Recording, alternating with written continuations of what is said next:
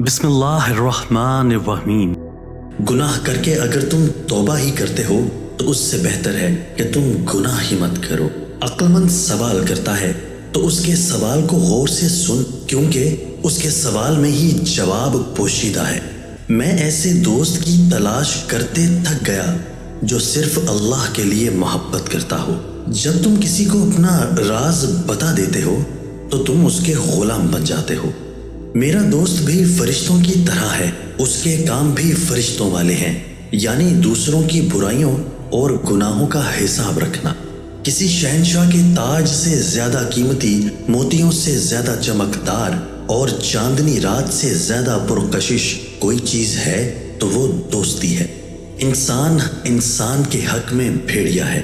تم تعلیم سے ذہنی تغیر تو لا سکتے ہو، مگر ماں کے پیٹ سے آئے ہوئے اثرات زائل نہیں ہوتے۔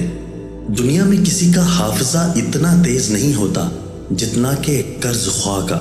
یہ دو چیزیں کھانے سے مردانہ قوت بڑھتی ہے، نر چڑیا زیادہ کھانے سے، دودھ پینے سے۔ دوستی کا نازک دھاگا دراصل فرشتوں نے تھام رکھا ہے۔ محبت اور اخلاص کی چڑیا جس کی حفاظت کرتی ہو تو دنیا کی مخالفت اسے کیسے توڑ سکتی ہے؟